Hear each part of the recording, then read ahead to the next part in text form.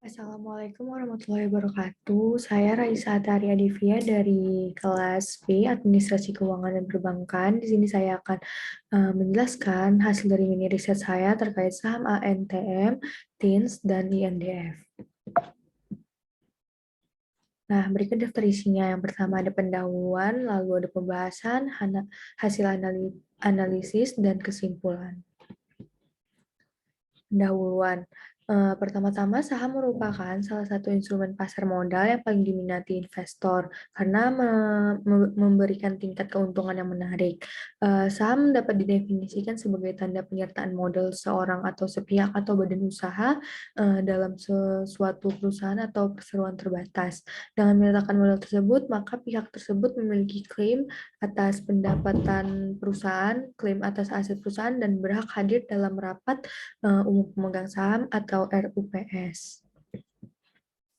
Lanjut, selanjutnya ini ada jenis saham. Jadi jenis saham ini terbagi menjadi tiga. Yang pertama itu ada ditinjau dari segi kemampuan dalam hak tagih atau klaim, maka saham terbagi atas. Yang pertama ada saham biasa atau common stock, yaitu merupakan saham yang menempatkan pemiliknya paling junior terhadap pembagian dividen dan hak atas harta kekayaan perusahaan apabila perusahaan tersebut dilikuidasi. Lalu yang kedua ada saham preferen, yaitu preferred stock, yaitu merupakan saham yang memiliki karakteristik gabungan antara obligasi dan saham biasa, karena bisa menghasilkan pendapatan tetap atau seperti bunga obligasi, tetapi juga bisa tidak mendatangkan hasil seperti ini dihendaki oleh investor.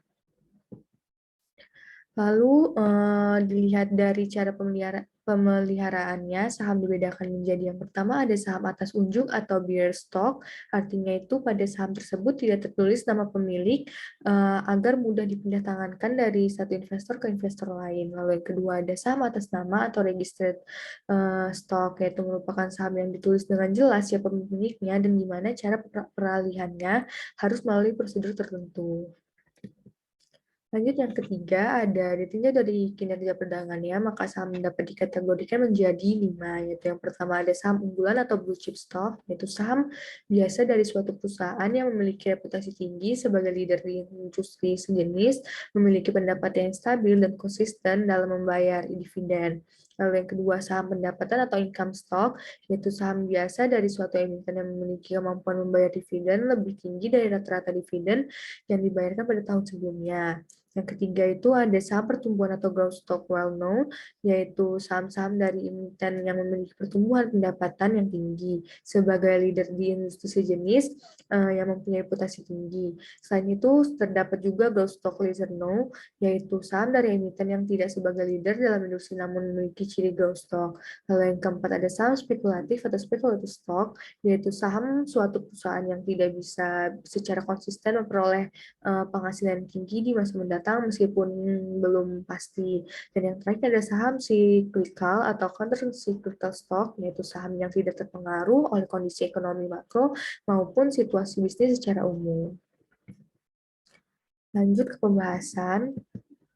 Yang pertama ada analisis fundamental, yaitu analisis fundamental ini lebih menekankan pada penentuan nilai intrinsik dari suatu saham. Untuk melakukan analisis yang bersifat fundamental, analisis perlu memahami variabel-variabel yang mempengaruhi nilai intrinsik saham.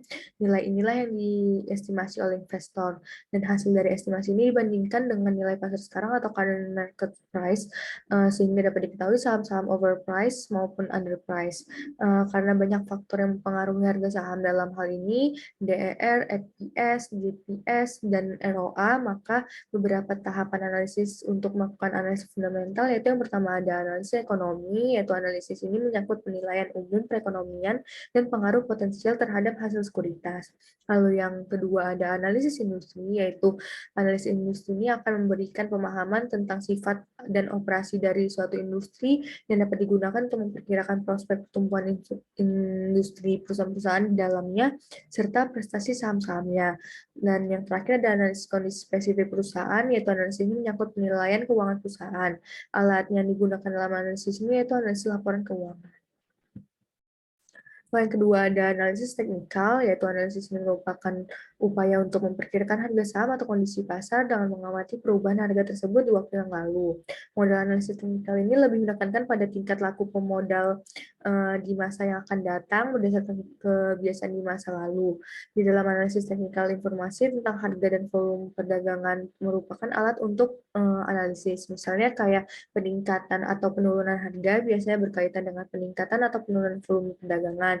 Analisis teknikal ini pada dasarnya merupakan upaya untuk menentukan kapan akan membeli atau menjual saham dengan memanfaatkan indikator-indikator teknis ataupun menggunakan analisis grafis.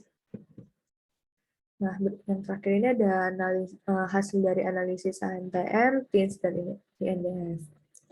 Yang pertama ini ada saham ANTM. Untuk saham ANTM atau Antam ini secara keseluruhan terlihat melemah pada harga 1.145, turun minus 6,91%. Hal ini disertai dengan kenaikan volume, yaitu 144% dari hasil sebelumnya. Berdasarkan indikator stochastic slow, saham ini berada pada area pertengahan bawah dengan kecenderungan bearish. Indikator moving average convergence divergence atau MACD terlihat berada di atas garis 0 dengan kecenderungan bearish. Rekomendasi saham ini sell. Jika turun di bawah 0,5 maka berpeluang ke 1020 sampai 920.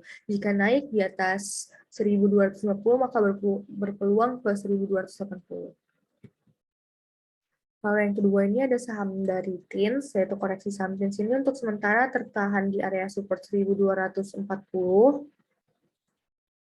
Yang merupakan area Fibonacci retrace 38,2%-nya. Apabila dapat bertahan di atas support tersebut dan bergerak menguat ke atas 1.300, maka terbuka peluang bagi TINS untuk rebound menuju target di level 1.450 lagi. Apabila rebound saham ini berlanjut, maka TINS berpeluang menuju target kisaran 1.615 sampai 1.625 kembali. Namun jika gagal bertahan di support 1.240, maka terbuka peluang bagi TINS untuk melanjutkan koreksinya menuju target di level 1125 dengan target selanjutnya di level 1000. Indikator technical MACD ini bergerak turun menuju Saturn, mengindikasikan bahwa saham ini masih cenderung bergerak negatif. Rekomendasi saham itu spekulasi buy, batas risiko jika terus bergerak turun dan gagal bertahan di 1240.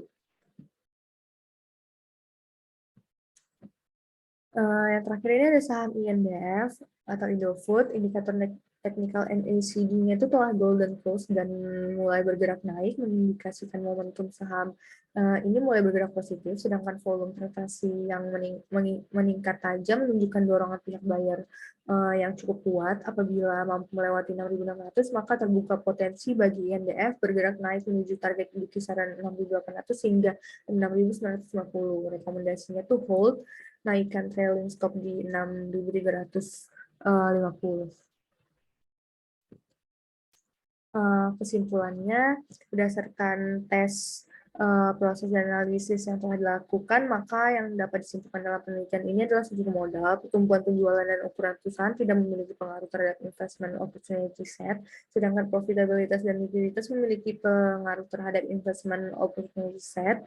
Investment opportunity set memiliki pengaruh pada return saham, dan dari faktor-faktor yang mempengaruhi investment opportunity set ini mampu meningkatkan pengaruh investment opportunity set terhadap return saham. Bagi peneliti lebih lanjut disarankan untuk menambahkan variabel lain yang mempengaruhi return saham dalam melakukan analisis hal ini disebabkan karena temuan penelitian menunjukkan rendahnya variasi return saham yang berarti ada faktor lain yang memungkinkan untuk masuk dalam penelitian ini, seperti meneliti rasio lain sebagai pengukur kinerja perusahaan, misalnya earnings per share atau EPS, yang sering digunakan investor untuk menganalisis kemampuan perusahaan mencetak laba berdasarkan saham yang dimiliki, dan faktor-faktor makroekonomi seperti nilai tukar mata uang yang dapat mempengaruhi investor dalam mengambil keputusan investasi.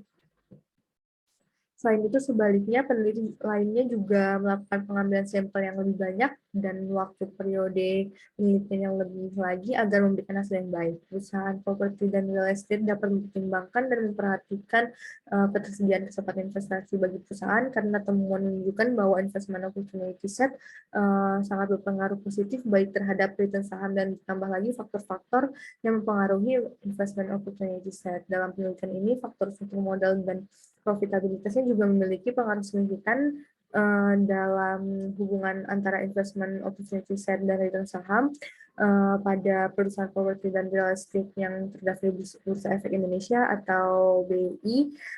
Selanjutnya, para investor dapat mempertimbangkan dan memperhatikan ketersediaan investment opportunity set, struktur modal dan profitabilitas dalam pengambilan keputusan investment yang akan dilakukan pada perusahaan properti dan real estate. Sekian presentasi dari saya. Terima kasih. Berikut ini daftar pustakannya. Sekian presentasinya. Assalamualaikum warahmatullahi wabarakatuh.